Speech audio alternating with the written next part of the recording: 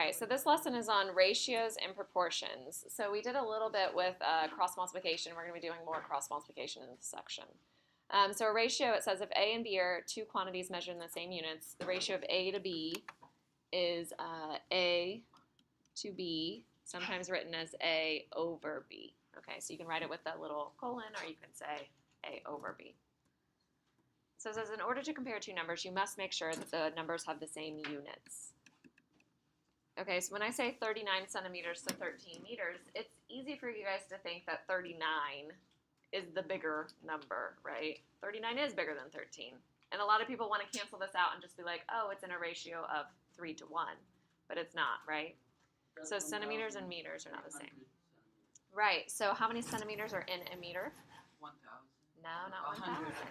100. So the word cent, right, century, 100 cents in a dollar. Cent means 100. So there are 100 centimeters in 1 meter. So what we do is we change this and we say, oh, well, let's make them both centimeters. So I would have 39 centimeters. And then if I have 13 meters, how many centimeters is that? 1,300. 1,300, 1,300, right, centimeters. And then you are able to cancel the units. Centimeters over centimeters just goes away. So 39 over 1,300, we would just reduce down. We can divide by 13 on both of them. So if I divide by 13, I get 3 on top and 100 on the bottom, and that is our ratio. So 39 centimeters to 13 meters is in the ratio of 3 to 100. Okay. So if I have 2 yards and 12 feet, do you guys know how many feet are in a yard?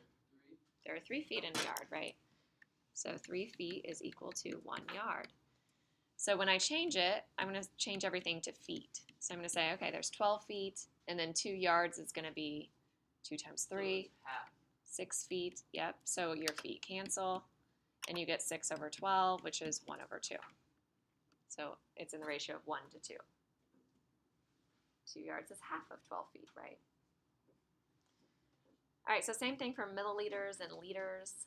Think about the word millennium. What does millennium mean? Nope, not a million.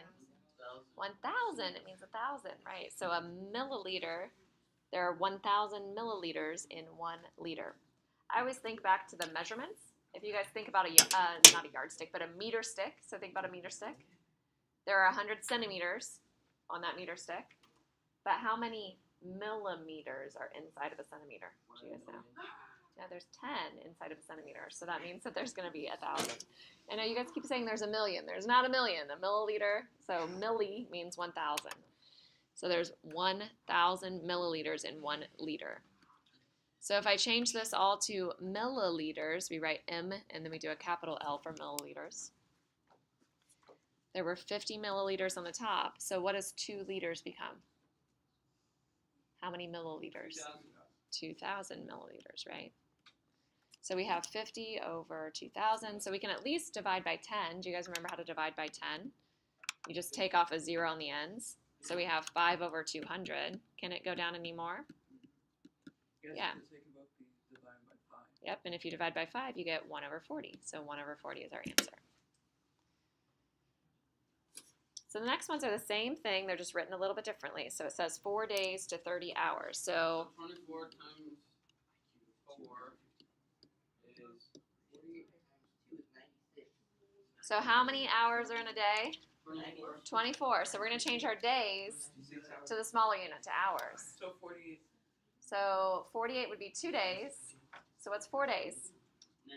96. So it's 96 hours over 30 hours. So we got them to be the same. So our hours can reduce out. We don't say anything about hours now. So 96 over 30. Well, I know they're at least both divisible by 2, so maybe that will help. So if I divide by 2, I get 48 over 15. What goes into both of those? 3. How do you know 3 goes into 48? Because 6 goes into... When you add up 4 and 8, you get 12, and 12 is divisible by 3. Do you guys all know that trick? Yeah. So 48 is divisible by 3. So if you need to do that off to the side, you always can. You can say, oh, it goes in 1 time. I have 18 left. 18 times, or divided by 3 is 6, so I have 16. So I get 16 over 15 divided by 3 is 5. So it's 16 to 5. All right. How about pounds to tons? Do you guys know how many pounds are in a ton? 2,000. 2,000. Exactly. So it'd be 3 to 10,000. Yeah, so we're going to change. So there were 2,000 pounds. I never know why we write pounds as LBS. That makes no sense. Should be P. I know, shouldn't it?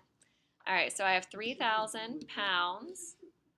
And then you said that 2,000 times 5 ends up being 10,000 exactly. And you can reduce that. So keep dividing by 10, divide by 10, divide by 10, divide by 10. So we have 3 over 10. Exactly, that's what I did. So you just take 3 sets of zeros off of each of them, right? So you get 3 over 10. Because that's the same as dividing by 10 each time.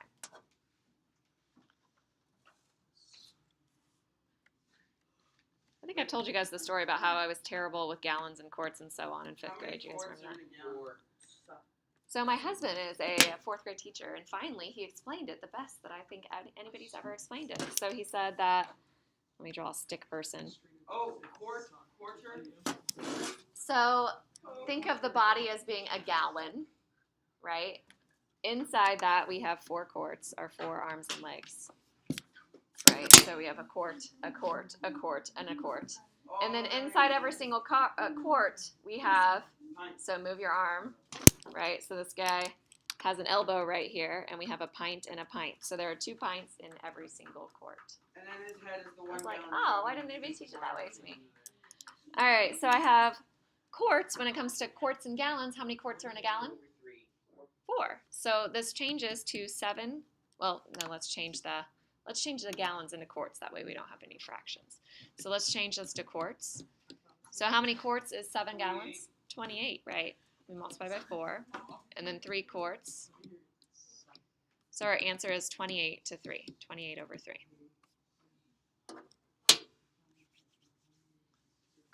All right, do we feel pretty good about that? So getting the same unit, reducing down. Pretty good? All right.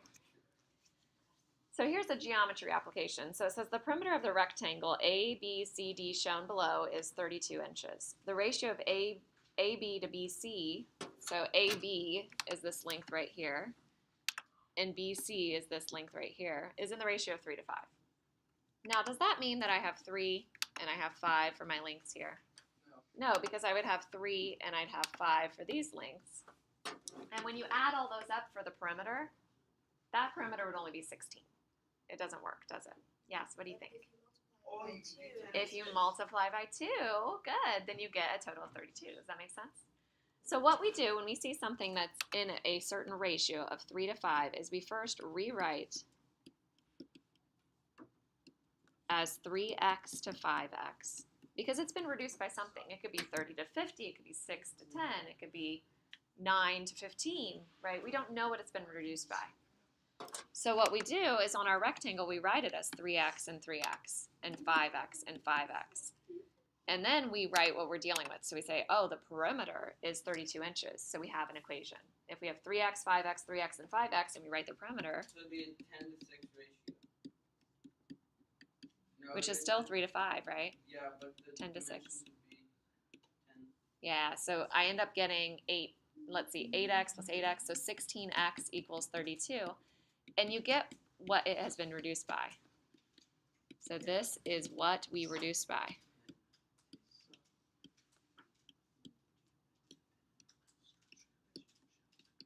So then we go back to our 3x and to 5x, and we plug it in. So we say, oh, 3 times 2 to 5 times 2 gives 6 to 10, like you're saying. 6 to 10, that ratio is still 3 to 5. It reduces down to 3 to 5, right? So our dimensions are 6 inches. Do you guys know how to write inches instead of IN? Do you know a little symbol for inches? Inches, you guys have done that before? Oh, yeah. To 10 inches, right? 6 inches to 10 inches. All right, does that make sense? So if I ever say that something's in a certain ratio, then I put the little x's in to come up with it. All right, so the next one. So it says sometimes polygons are similar shapes but have different sizes. So it doesn't have to be a triangle. It doesn't have to be a rectangle. You could have lots of different things, okay? The sides of these polygons could be in the ratio to one another. So for instance, let's say A, B, C, and D, E, F are in the ratio of 1 to 2. then it's easy to find the side lengths of DEF if you know that AB is 3, BC is 5, and AC is 4. So a little side note, when you have triangle ABC and triangle DEF, and it says that these are similar to each other, we write a little symbol that says similar, like a little, is that called a tilde, what's it called? The little symbol on the keyboard. All right, so similar, so tilde. All right, so when we say that, what that means is that AB matches up with DE, and BC matches up with EF. Boys, stop. And then AC matches up with DF. So that's kind of a preview of geometry. When you guys go into geometry, you're going to see this. Boys, stop talking, Sarkis Max. All right, so I'm going to match up those particular sides. So when I have AB, I'm going to match it up with what I just said, DE. And when I have BC, I'm going to match it up with EF. Do you guys understand what I'm saying? You're looking at your different letters, what order they're in. So AB was the first and second letter, DE was the first and second letter. They're going to match up. All right, and if they're in the ratio of 1 to 2, how do I get my measurements on the next one? What do I do? Yeah, I just multiply by 2. That's it, right? So the red one, that was 3, is now going to be the red one over here, which is going to be 6. So DE is going to be 6. And then EF, well, it's related to BC. What was BC? BC was 5. So what's this one going to be? 10, exactly. And the last one? 8, exactly. So we multiply. But if it was in a more difficult ratio, if it said in the ratio of 2 to 5, then you would always set up a proportion. So you'd say 2 to 5 equals the small one over x, and then you would find what that is. So you'd have to move things around. You'd have to multiply. So a proportion is an equation that relates to ratios. So sometimes we're going to have to use a proportion to solve things like this. If I ever talk about the means and the extremes, the means are the middle numbers in a proportion. So if you have A to B equals C to D, it's B and C. And the extremes are going to be the outside numbers in a proportion. So it's going to be A to D. So A and D, I mean. So if you didn't have it set up with the colons, right? A to B equals C to D, and instead it was set up this way. These are called, the A and the D are called our extremes. And C and B are called our means. Wait, can you go back? Mm-hmm. All right, so if you ever hear me talk about the means equals the extremes, the product of the means equals the product of the extremes, that's what I'm talking about. So that's the cross product property. So it says if you multiply A times D, it's going to be the same as C times B. So the product of the means equals the product of the extremes.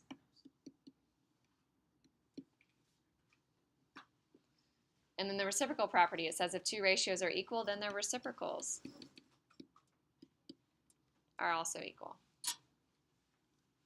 So it says write some examples to show these properties. All right, so if I'm writing some examples to show these properties, let's think about a basic proportion. So like 1/2 equals 3 over what? 6, right? So if I look at 1/2 equals 3 over 6, do you guys agree that 3 times 2 is equal to 1 times 6? Yeah. Right, that's the first thing. That's the cross product property. All right, but what if we have 1 over 2 equals 3 over 6? If I flip both of those, so if I flip 1 over 2 and I take the reciprocal of it, what do I get? 2 over 1. Is that the same as 6 over 3? Yeah. Yep, it works as well. That's the reciprocal property. Does that make sense? A lot of times with proportions in general, I can't even talk. If I had like 1 over 3 equals 4 over x, I don't even cross multiply. I just think about it logically. Does anybody know what it is right away? It's 4 over 12, right? So I think, okay, to get over here, I multiplied by 4, so to get over here, I multiply by 4 as well. That's kind of what I'm doing in my head. Does that make sense? Do you guys all do that? Are you pretty good at things like that? So 2 over 5 equals 3 over x. Ooh, a little bit harder. You'd multiply by 1.5 to get to that one. That one's when it's a little bit harder. That's when I would do the cross multiplication. But what if you had 8 over x? Would you be able to do it? 2 times what gives you 8? 4. So 5 times 4 gives you 20. So it would be the same as 8 over 20. This makes sense. So kind of think logically on these. Sometimes it's easy to do quickly in your head. All right, so let's do some examples. So if I have 8 over x equals 1 over 2, can you do it in your head? Yeah. What is it? It should be 16, right? Because we're going to multiply by 8 here, and then we would multiply by 8 here, and we get the same thing. But if you're not sure, then we do the product of the means equals the product of the extremes, the cross multiplication. So it would be 16. Yeah, so we get 8 times 2 equals 16. Let me write it out. So we have 8 times 2 equals x times 1. So in other words, 16 equals x. So same thing here. If I have 5 times y equals 1 times y plus 4. So we cross multiply. And we always put an equal inside. A lot of people forget the equal sign, and they're like, what am I doing here? What do I do with these numbers? Or they try to put them as a new fraction. All right, all we're doing is, remember we've talked about this before, if I have 5 over y plus 4 equals 1 over y, I'm dividing by y, so I need to get rid of it by multiplying it to the other side, right? That's what we're thinking. All right, so solve it out. Multiply the 5 times y, we get 5y. Multiply the 1 in, well, that's easy. It's still just y plus 4. Subtract the y over. So we get 4y equals 4. So we get y equals 1. So same thing on this one. I have 10 times x plus 1 equals 4x times 4. So I just multiplied my diagonals again. Do you guys all see it? Easy enough. So we get 10x plus 10 equals 16x, and we solve. Subtract your 10x over, we get 6x equals 10. We divide by 6. So we get x equals 10 over 6, or what number? Reduce it. 5 over 3, right? Everybody with me still? Colin, you taking some notes back there? All right, so a couple years ago for a J term, I did the Greek art and architecture. So there was an Athena Parthenos that was made in Athens, Greece, that was made entirely out of gold and ivory, and it's a huge statue. Okay, and this Athena is actually holding like a little tiny, not tiny, it's still pretty big, Nike in her hand, or Nike. All right, so she's holding this Nike in her hand. It was supposed to be the goddess of victory. All right, so the actual sculpture no longer exists, but there's a reconstruction of this actually in Nashville, Tennessee. Has anybody ever seen this? Have you gone to Nashville? I think it's a whole reconstruction. Yeah, it's the whole Parthenon is redone, and inside the Parthenon they have, it's actually pretty amazing to see because it's supposed to be exactly like the building was, and the same sizes and everything. So they have this giant statue, and you enter the room and you're just like, oh my gosh, this is a huge statue. All right, so unfortunately this original statue was lost around the 15th century, most likely due to fire. So we have this modern reconstruction. And the ratio of Nike to Athena, so Nike is the little thing inside Athena. You guys see this little goddess of victory? She has like wings on her, the winged goddess. Wait, do those wings, is that where Nike got their symbol? Yes. So we have a little Nike there. And then she is in the ratio of 3 to 19 to that, okay? So it says, how tall is the statue of Athena Parthenos if we know that Nike is 6 feet tall? So it looks tiny in her hand, doesn't it? That is 6 feet tall in her hand. So she is massive. This is 6 feet. So this is a really tall statue. So we want to figure out how to set this up. Yeah, Colin? Wouldn't, if it's 3 to 19, wouldn't you multiply 3 by 6? 3 by 6? No, because it's 19. So we're going to set it up and we're going to say, okay, we're going to put Nike on the top and Athena on the bottom because Athena is the big one. So we're going to do the same thing on the other side. We're going to put Nike on top. Nike was 6 on the real one. And then we want to know what the x is. So we're going to solve it out. So we cross multiply, so we get 3x equals 6 times 19. And we know 19 times 6. 38. It's bigger than 38. What's it? What?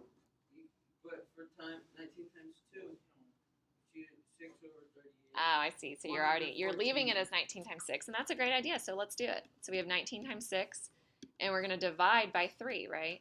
To get the x by itself, we divide by 3. So So Peter's saying, I don't need a calculator. I don't need to do 19 times 6, which you could always do off to the side. He's just going to reduce the 6 and the 3. And he's going to say, well, that makes 2. So your answer then is going to be 38. So she is 38 feet tall. So that is taller than this building. Because if you think about it, I'm about 5'9". 9 feet. Yeah, so maybe 9 feet. So she's probably about. And our building's only 2 stories tall, right? She's really, really massive. All right, so she's 38 feet tall. Wait, how does this statue get lost in I don't know, how does it? It was made out of gold, Yeah. so It was made out of gold. I'm guessing that she melted. That must have been a hot fire. It must have been very hot. Couldn't you go and find the ruins of the gold at the? I don't know. And I'm sure that they probably looted a lot of that too. I don't know. Yeah. It's still a big mystery to what Mhm. happened. I was gonna say ivory is flammable and gold actually has a lower melting rate. Oh, really? Yeah, I should ask Miss Adams about the melting rates, right? All right, so Colin is 6 feet tall. Colin, are you 6 feet tall? No. Okay, so Colin is 6 feet tall. I'm 5'2". He measures his shadow to be 10 feet long. So then he measures a tree shadow to be 60 feet tall. Or tall, 60 feet long. 10 ratio. I should say long. Find the height of the tree. It's a 6 to 10 ratio. It is. So it's 6 to 10. And what we're doing is the height of a person over his shadow. So we're going to set up the tree the same way. We're going to do the height over the shadow. So the height of the tree, we don't know what it is, but we know the shadow is 60. So then we solve it out. We cross multiply. We say 6 times 60 is 360 equals x times 10. So 10x. So how tall is the tree? 36 feet. Exactly. Okay, and you can do that. So a lot of times, you know, if it's a really, really sunny day out and we want to go out there and measure the heights of trees, which I always do in geometry, then we could do that. We could use the shadows to do that. It's kind of a miserable, crummy day right now. It's rainy, so we definitely can't do it today. All right, and then this last one, I just kind of want to show you, like, even though you're in geometry, you still do calculus type things. This is a typical calculus problem. So it says a funnel is in the shape of an inverted cone. Inverted means upside down cone. A lot of things in real life have these inverted cones in them. Anytime we have some kind of funnel, it's a cone that's upside down, right? So have you ever seen like farmers when they're unloading like grain into a truck? Yeah. Right, it goes in a silo. Like the silo. silo at the bottom of the silo has a funnel on it. So I should have gotten a picture of that, but basically you have your big silo. And then at the very bottom of the silo, if you ever look at them, it's a cone. So you got this little cone thing at the very bottom. Not all of them. Yeah, a lot of them do. Anything where you're going to load something up is going to have that funnel at the bottom. All right, so it says we're using this cone to drop grain into a truck. So it's 8 meters wide and 10 meters tall. If the height of the grain left in the funnel is 5 feet, what is the radius of the grain? So we want to find that right there. So when we do this, we actually use similar triangles. It doesn't look like it, but they're there. Do you guys see this? You will do this in geometry. You'll use similar triangles. So what is this distance right here along the top? It's not 8. What is it? It's 4. Do you guys see it? Because it's half of 8. Radius, we don't know. We're trying to find the radius of the grain. We have 5 here, and we have 10 here. So we set up our proportions. So we're like, okay, we're going to do the radius on top and then the height on the bottom. So let's talk about the radius of the whole thing. The radius of the big thing is 4. The height of the whole thing is 10. And then let's talk about only the grain that's inside of it. So the radius of it is r, and the height is 5. So what is r? Can you do it without cross multiplying? It's 2. All right, so it's 2 meters. And then the last question says, well, use the volume equation. The volume equation looks like this: 1/3 pi r squared h. Does that scare you? No.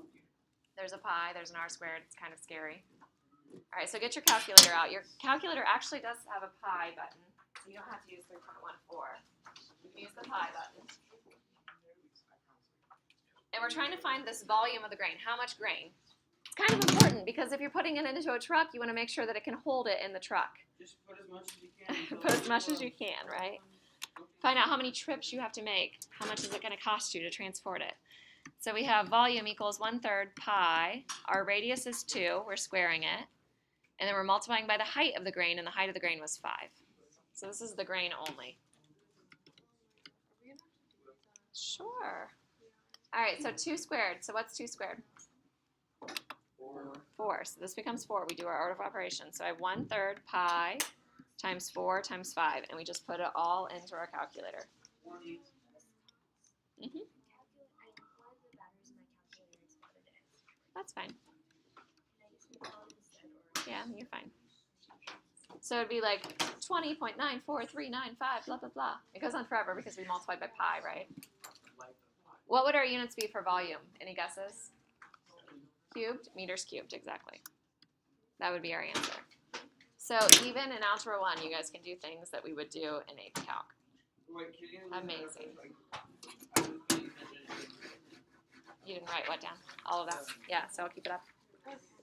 All right, so let's stop here. I'm going to give you guys your homework. I'll put this back up in just a sec, okay? In the worksheet,